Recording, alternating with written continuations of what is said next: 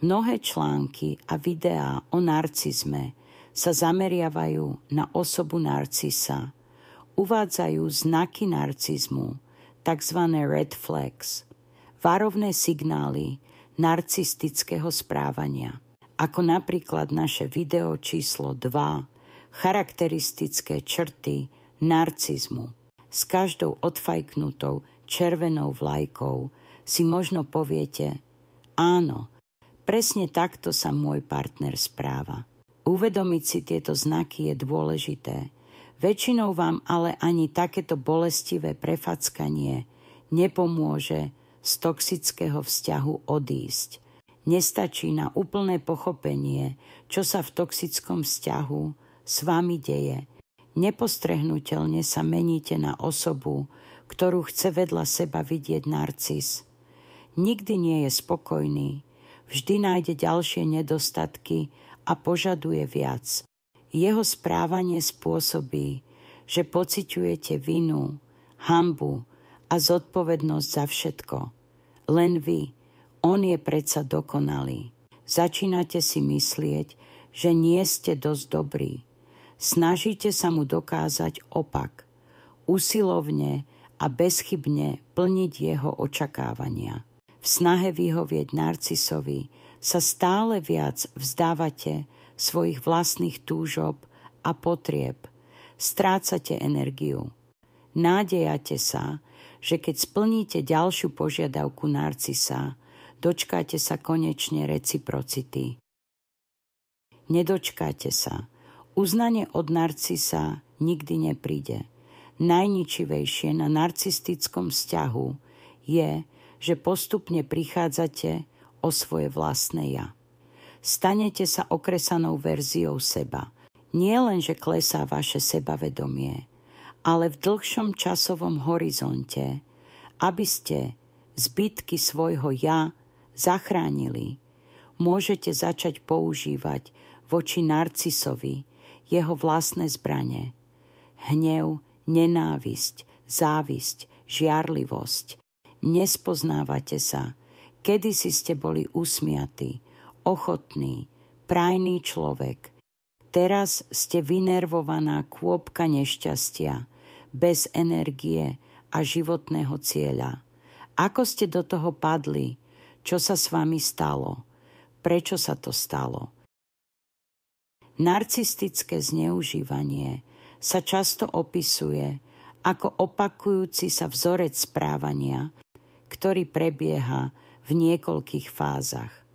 Hlavné fázy cyklu narcistického zneužívania sú idealizácia alebo love bombing, devalvácia, odmlčanie sa alebo odhodenie, opätovné vtiahnutie do vzťahu alebo hoovering.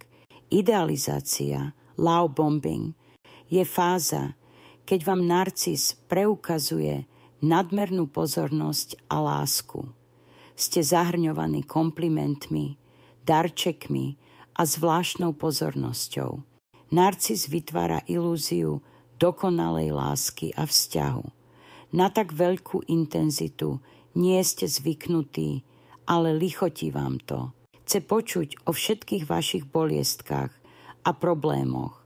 Zdá sa vám, že konečne vás niekto vypočul. Narcis vás bombarduje správami, chce s vami tráviť veľa času. Výlety, na ktoré vás vezme, sú exotické. Večere v reštauráciách exkluzívne. Darčeky pompézne. Môže sa stať, že narcis sa na chvíľu zámerne odmlčí, aby vám jeho intenzívna pozornosť chýbala. Veď komu by to nebolo príjemné byť takto rozmaznávaný? Presne takto sa padá do závislosti. Keď po niečom túžite a nie je vám to dostupné. Po fáze love bombingu prichádza fáza devalvácie. Narcis svoju obeť začne kritizovať a znižovať jej hodnotu. Môže ísť o subtilné poznámky, nevhodné vtipy, ale aj otvorenú kritiku, ponižovanie, manipuláciu. Niekedy kritizuje iné osoby, pričom si neuvedomí, že kritika sa dotýka aj vás. Začínate sa cítiť nedostatočný a závislý na schválení narcisom. Prečo si obliekla tieto šaty? Ten materiál vyzerá veľmi lacno a strih sa ti vôbec nehodí. Prečo si jedlo ochutila týmto korením? Moja predošlá partnerka ho do jedla nikdy nedávala. Pamätala si, že ho nemám rád. Keď nevládzeš uniesť tašku s nákupom, na budúce si vezmi batoh. Váha nákupu sa ti lepšie rozloží na pleciach. Budem sa venovať môjmu koníčku tak dlho, ako uznám za vhodné. Mám dojem, že mi nedopraješ radosť, ktorú z toho mám. Nie, nejdem ešte spať, dohrám sa túto hru. S tou starostlivosťou o dieťa to príliš preháňaš. Nemusíš ráno vstávať k 2-ročnému dieťaťu, veď ono sa vie také 2 hodinky pohrať aj samé. Vaše sebavedomie je nahlodané. Budete sa snažiť zlepšiť sa a vyhovieť narcisovi.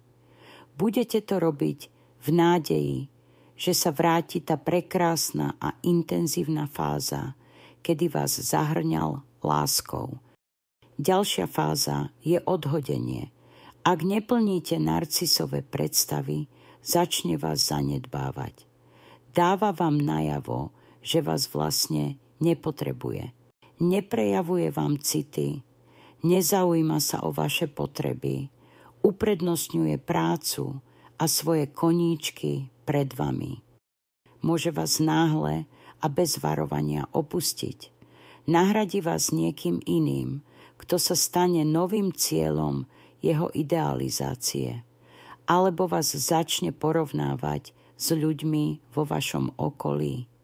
Aký majú vkus, ako všetko zvládajú, v čom všetkom sú lepší ako vy. Opäť toto správanie hlboko emocionálne zasiahne, pretože v zdravom vzťahu by zažívala záujem partnera, zdieľanie, spoločný príjemný čas, spoločné plány. Myslí si, že si takéto zaobchádzanie zaslúžila, že je to jej vina alebo chyba. Narcis obeťou zaobchádza ako s predmetom, ktorý mu práve prestal slúžiť a tak ho odloží. Narad príde, až keď sa znovu objaví potreba ho použiť. Ste emocionálne rozkývaní, lebo od love bombingu ste dospeli k nezáujmu partnera o vás. Hlodá vás to, pýtate sa sami seba, kde ste urobili chybu. Pokusy o komunikáciu zlyhávajú. Partner nerozumie vašim vysvetleniam, obhajuje svoje necitlivé chovanie a vy z frustrácie zvýšite pri svojej obhajobe hlas, napokon sa cítite previnilo, lebo vás narcis obviní, že zase ste zbytočne vyvolali hádku.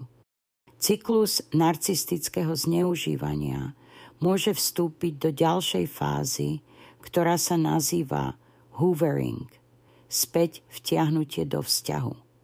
Keď narcis vycíti, že sa začínate zotavovať, pokúsi sa vrátiť späť do vzťahu. Predstavte si 2 malé deti, ako sa bijú o hračku. Ten, kto ju vyhral, väčšinou nemá záujem hrať sa s ňou. Dôležité bolo iba to, aby hračku vyhral, aby si potvrdil svoju dominanciu. Pre narcisa ste presne takáto hračka.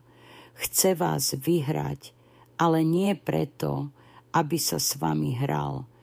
Aby si vás narcis znova získal, používa rovnaké taktiky ako vo fáze love bombingu. Je to jeho majstrovský ťah, potvrdzuje si svoju silu a dominanciu nad vami. Po späť vtiahnutí do vzťahu sa cyklus zneužívania opäť opakuje. Po fáze love bombingu príde devalvácia a odhodenie. Tieto fázy sa môžu líšiť v dĺžke a intenzite, ale základný vzorec zneužívania zostáva konzistentný. Každý cyklus môže byť pre vás emocionálne a psychicky devastujúci. Narcistické zneužívanie môže mať vážne následky na vaše duševné zdravie, vrátane nízkeho sebavedomia, depresie a posttraumatickej stresovej poruchy. Často je to tak, že ani sám narcis nerozumie svojej povahe. Vníma sám seba ako dokonalého človeka, ktorý má na všetko nárok. Chyby a nedokonalosti vidí iba na ostatných. Nerozumie tomu, ako veľmi je jeho správanie vo fázach devalvácie a odhodenia pre jeho obeť zraňujúce. Nemá empatiu, nedokáže si domyslieť pocity iných, nedokáže si domyslieť dôsledky svojho chovania. Obeť často padá do pasce. Myslí si, že ak narcisovi svoje pocity vysvetlí, tak sa začne správať inak. Povaha narcisa je nemenná. Nelejte vodu do vyschnutej studne, nevytriskne z nej svieži prameň. Vytlačte si obrázok s popisom cyklu narcistického zneužívania. V popise videa nájdete linku. Porozmýšľajte spätne nad vašim vzťahom. Prechádza či prechádzal takýmito fázami. Dokážete ich spätne rozoznať? Dokážete rozoznať, koľkokrát sa takéto cykly vo vašom vzťahu zopakovali? Ak chcete, napíšte si vaše spomienky a zážitky k jednotlivým fázam cyklu narcistického zneužívania. Vždy sa k nim môžete vrátiť. Pomôžu vám vidieť realitu vášho vzťahu jasnejšie. Pomôžu vám ničivý cyklus narcistického zneužívania opustiť.